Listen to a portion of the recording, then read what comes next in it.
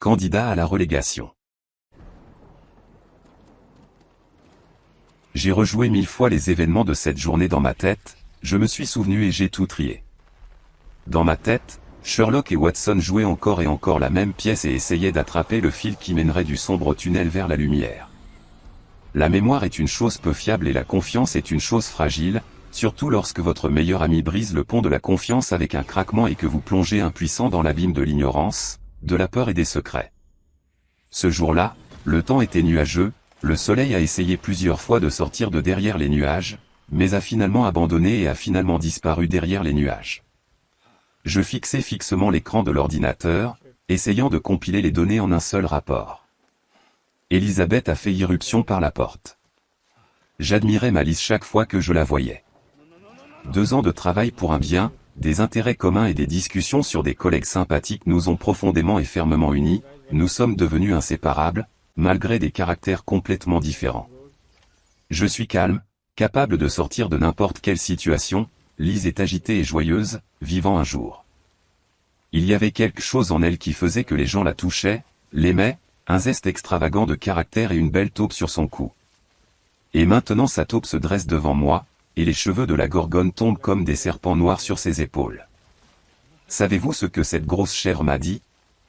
Si la prochaine fois je mets 2 sucres dans son café au lieu d'un, il me vire. Il sait parfaitement que je me fiche de lui, mais je ne suis pas prêt à quitter mon équipe favorite à cause de ses caprices momentanés. Je me suis levé et j'ai fermé la porte, pas besoin du gros Freddy pour entendre les paroles de Lizzie. Je l'appréciais trop. Tu sais que tu dois être plus calme avec lui, sinon il va vraiment te virer. Je m'en fous, la prochaine fois je cracherai dans son hamburger ou mettrai de l'arsenic dans son café, rit Lise de bon cœur. Pourtant, elle adorait s'amuser et le faisait toujours sincèrement. Bien sûr, maintenant elle est inquiète et essaie de me cacher ses émotions, mais je vois à travers elle. Écoute, j'ai besoin de te dire quelque chose. Je me levai et posai ma main sur son épaule. Le gros Fred va réduire le personnel, et il doit choisir entre toi et Jim. Lise me regarda étrangement. Il était évident que la nouvelle était dure pour elle.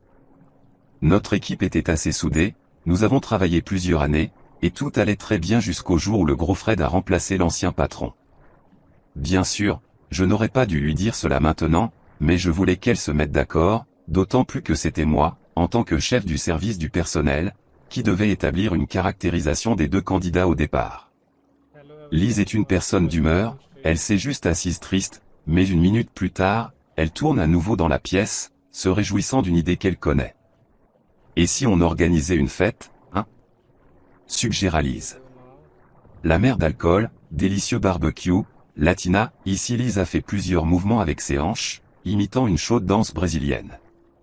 Tu bouillonnes toujours d'idées originales comme le champagne, ai-je ri, pensant que c'était une bonne idée de sortir avec ma nouvelle robe et de nettoyer ma relation de travail. Oh, comme j'avais tort. Invitons tous les employés à moi, même la vieille Roxy et la bruyante Miss Pammy, laissez-les nous divertir avec leur querelle avec Miss Jenkins, les vieux comptables trouveront toujours une raison de se quereller.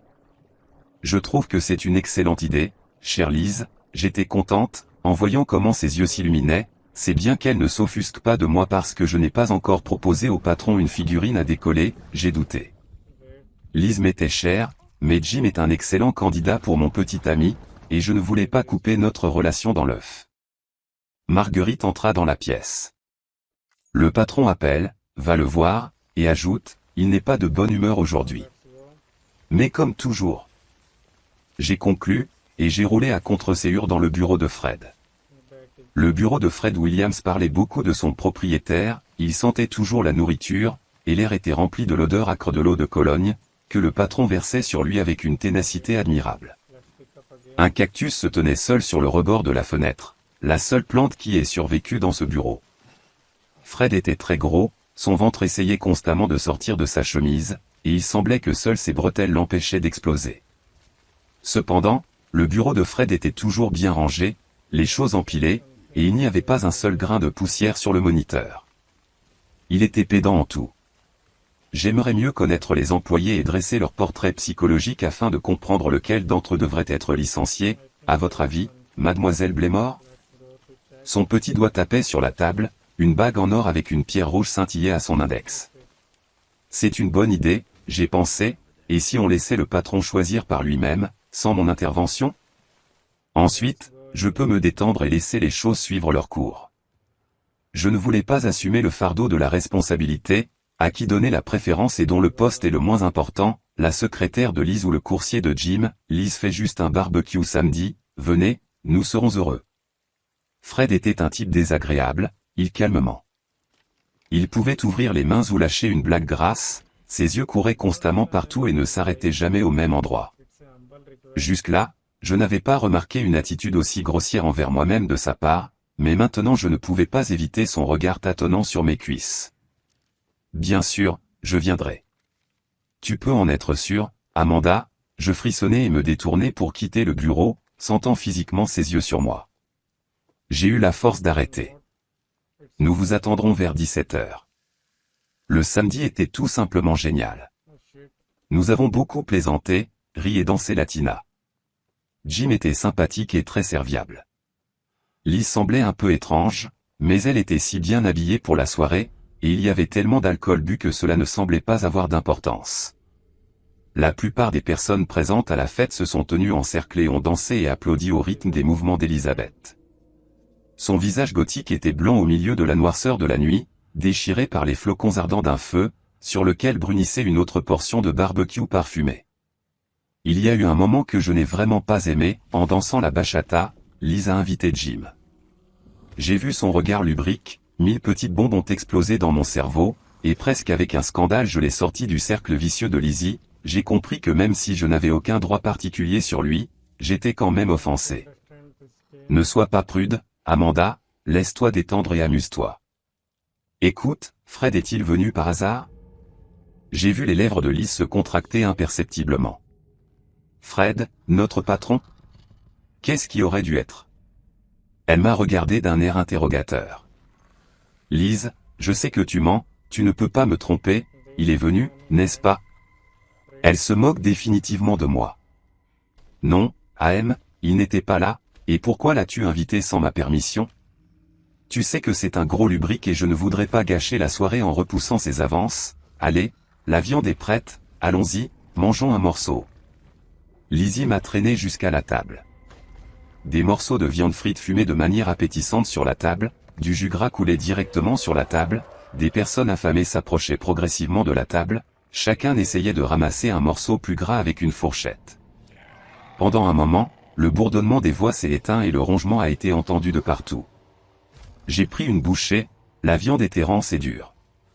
Pourtant, les compétences culinaires de Liz ne sont pas à la hauteur, ai-je pensé, mais Jim sera ravi de savoir que j'aime cuisiner et que je le fais bien. J'ai trouvé Jim avec mes yeux, il se tenait avec une joue farcie, à côté de Liz et lui disait quelque chose, elle mâchait aussi, riait de sa blague, et à ce moment la salive éclaboussa de sa bouche avec des morceaux de viande non mâchés, après quoi les deux rirent encore plus. Une vague de jalousie me submergea de la tête aux pieds.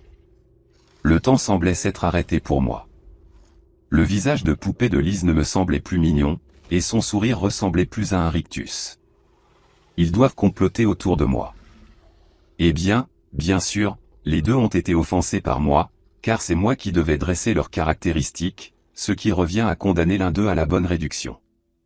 Ils n'ont pas compris qu'on m'avait donné un objectif précis et qu'ils ne devaient pas être liés à des relations personnelles, néanmoins, ils ont décidé de s'unir contre moi, mais ils ne réussiront pas, car le poste de chef du personnel n'est pas à risque.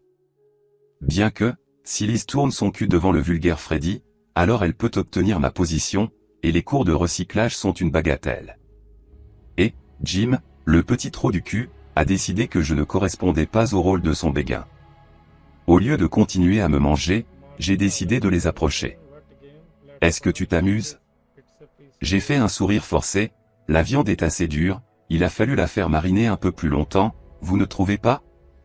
J'ai demandé en me tournant vers Liz, mais elle regardait déjà quelque part sur le côté et a crié brusquement, là-bas, tu vois, tu vois.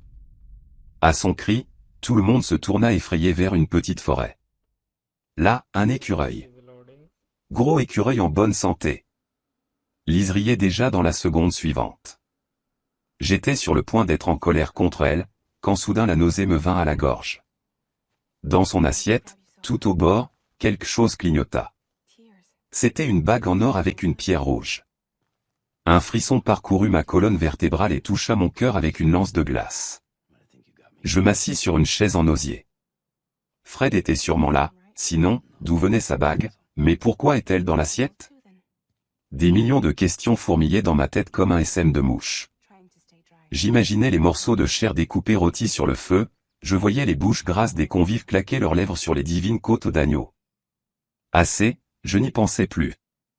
Il était nécessaire de pointer le jeu. M'approchant résolument de Lise, je l'entraînai dans la maison. « Qu'avez-vous fait, Lise? Qu'avez-vous fait? Qu'est-ce que tu racontes ?» Lise souriait du coin des lèvres, ses yeux étaient ivres et couverts d'un voile.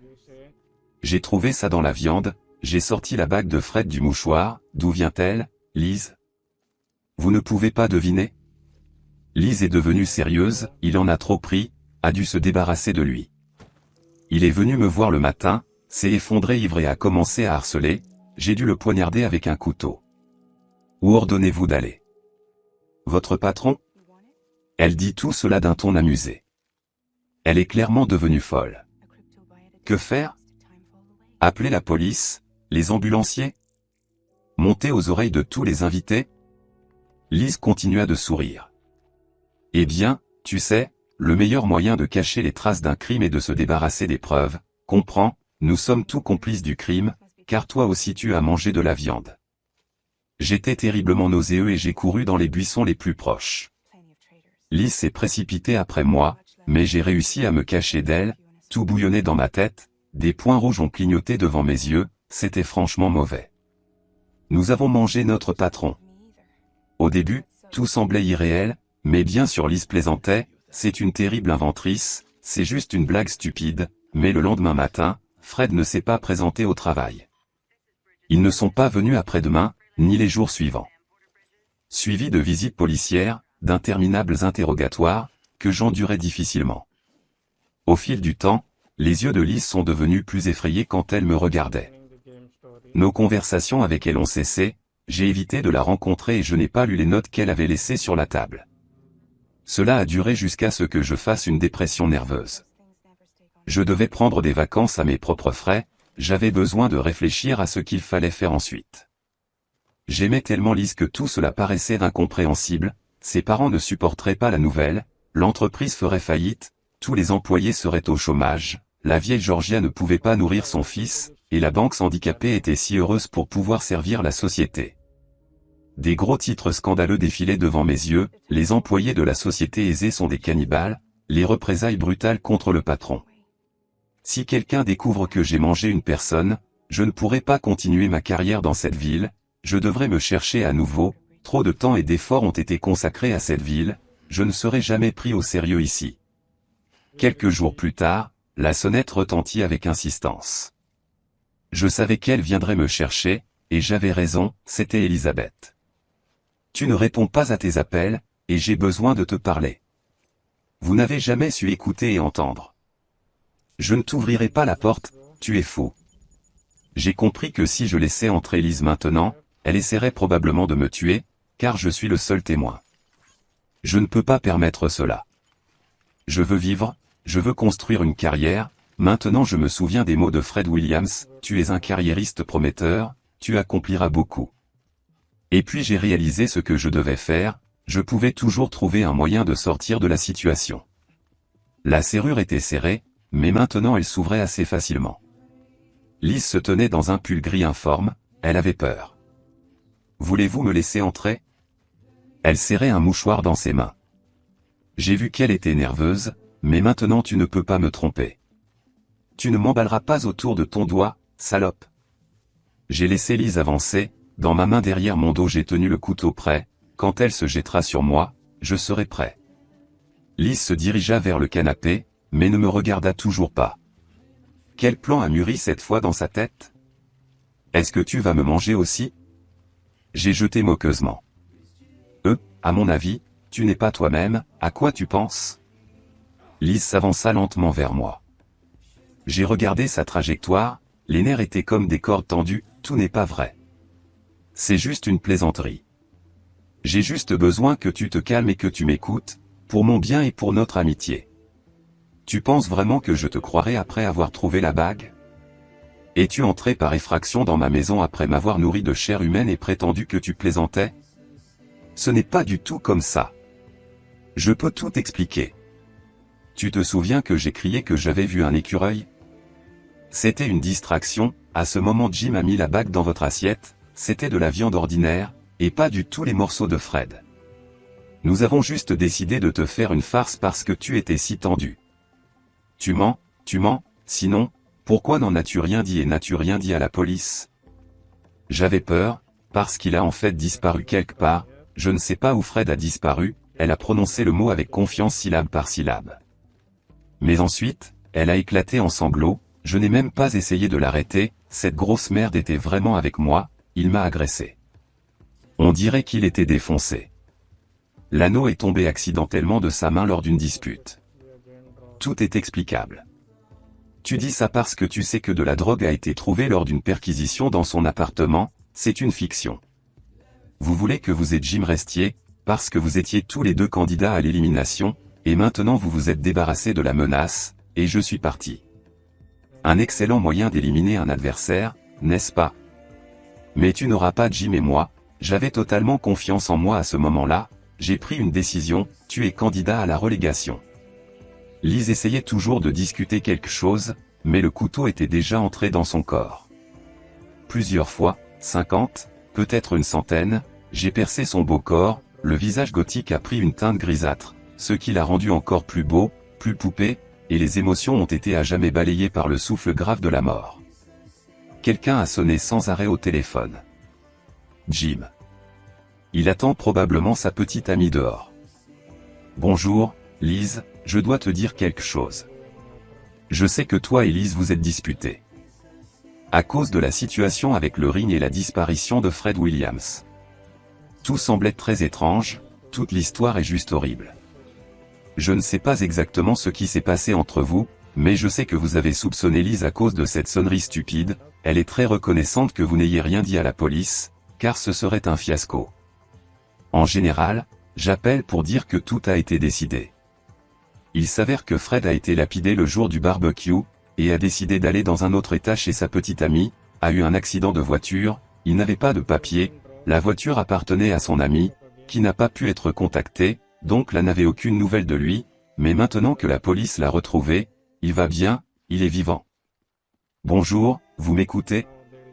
Mais je n'écoutais plus Jim, j'ai raccroché. Liz a toujours été une blagueuse. Bientôt, tout le monde manquera la perte, la police se présentera sûrement. Moi, ne comprenant toujours pas tout à fait ce qui s'est passé, j'ai regardé le corps immobilisé. Cependant, le plan avait déjà commencé à mûrir en une forme simplifiée. Il y a une grande cuve dans la grange, dans laquelle Liz et moi avons cuisiné une délicieuse soupe de poisson, et du bois de chauffage a été stocké. Je pense que la soupe sera excellente. J'ai encore assez de temps jusqu'au matin.